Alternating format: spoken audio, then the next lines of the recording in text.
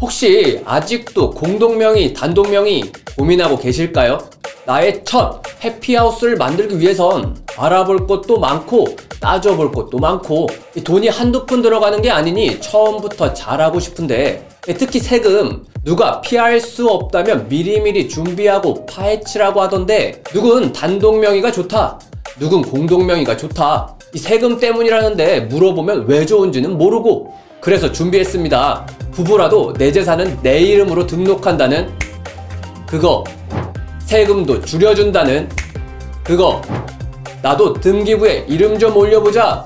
오늘의 주제, 부부 공동명의입니다. 부부 공동명의, 진정한 내 돈 내산, 시작부터 명확히 하는 거 아주 좋겠죠. 근데 여기에 세금을 추가해 본다면요, 왠지 세금도 2명이 되면 줄어들 것만 같은데, 혹시 그럼 집과 관련된 세금 어떤 게 있는지 알아요? 살 때부터 팔 때까지 취득세, 보유세, 양도세, 세금은 너무 많으니까, 그래서 이 공동명의와 세금 지금부터 하나하나 파헤쳐 보겠습니다. 공동명의 부부라면 다 할 수 있다? 사실 이게 제일 중요한 건데 다들 이건 건너뛰고 생각을 하시더라고요. 한 명이 돈을 다 내고 공동명의를 한다? 뭐가 걸리죠? 증여가 걸리죠. 집도 재산인데 내 돈이 있어야 취득도 할 수 있는 거거든요. 한 명은 돈을 벌고 한 명은 가정주부. 이 가정주부는 취득할 돈이 없겠죠. 입증할 소득이 없으니까. 맞벌이 부부는 괜찮다? 누구는 많이 벌고 누구는 적게 벌 수도 있는데 돈이 똑같진 않을 텐데요. 따라서 내가 입증할 수 있는 돈이 있어야 명의도 내가 할 수 있는 거겠죠. 부부끼리는 10년간 얼마? 6억 원까지는 증여할 수 있잖아요. 취득하는 주택이 12억 원 이하라면 배우자가 돈이 없어도 공동명의 문제 없겠죠. 하지만 더 고가의 주택이라면 취득 자금부터 고민해 봐야 합니다. 증여세를 일부 내면서 취득하는 방법이 있고, 정말 세금 내고 싶지 않다, 그럼 비율을 조정하면 되겠죠. 공동명의 꼭 5대5로 해야 한다는 법은 없으니까요. 부부 공동명의가 취득세를 줄여준다. 한 명이 낼 거 2명이 나눠내니까 내 돈은 줄어들겠죠. 하지만 부부가 내는 취득세는 변함이 없습니다. 취득세는 나한테 부과하는 게 아니라 이 취득하는 집에 부과하는 세금이거든요. 나는 납부만 하는 사람이죠. 따라서 이 집에 취득세가 100만 원이 나왔다면 한 명이 100만 원을 내든 2명이 50만 원씩 내든 전체 취득세에는 차이가 없겠죠. 부부 공동명의가 보유세를 아껴준다. 이 집을 가지고만 있어도 내야 하는 세금, 보유세. 이 보유세에는 뭐가 있죠? 이 재산세와 종부세.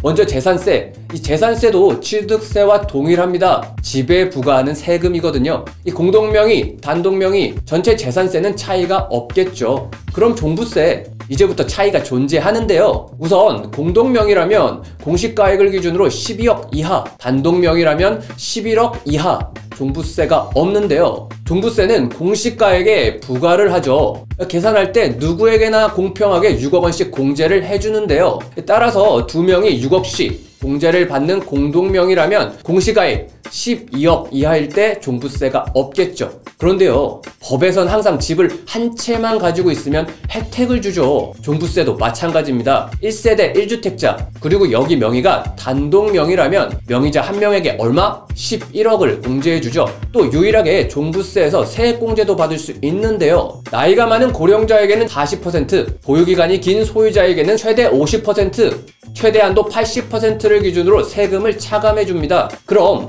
12억 공제를 받느냐, 11억 묻고 세액공제도 가느냐, 비교를 해봐야 하겠죠. 이 공시가액과 세액공제를 가지고 비교해 보면요, 공시가액 13억일 땐 공제율 70% 이상일 때부터 단독명의가 유리, 공시가액 14억 이상일 땐 공제율 50% 이상일 때부터 단독명의가 유리. 즉 나이가 많은 사람이 오래 보유한 비싼 집이라면 단독명의가 유리하겠네요. 그런데 똑같은 1주택인데 차이가 있는 건 우리 또 이해할 수 없죠. 그래서 2021년부터는 공동명의도 본인이 원하면 단독명의처럼 종부세를 낼 수 있게 법이 바뀌었죠. 신청 가능합니다. 따라서 종부세에선 신청 가능한 공동명의가 조금 더 낫겠네요.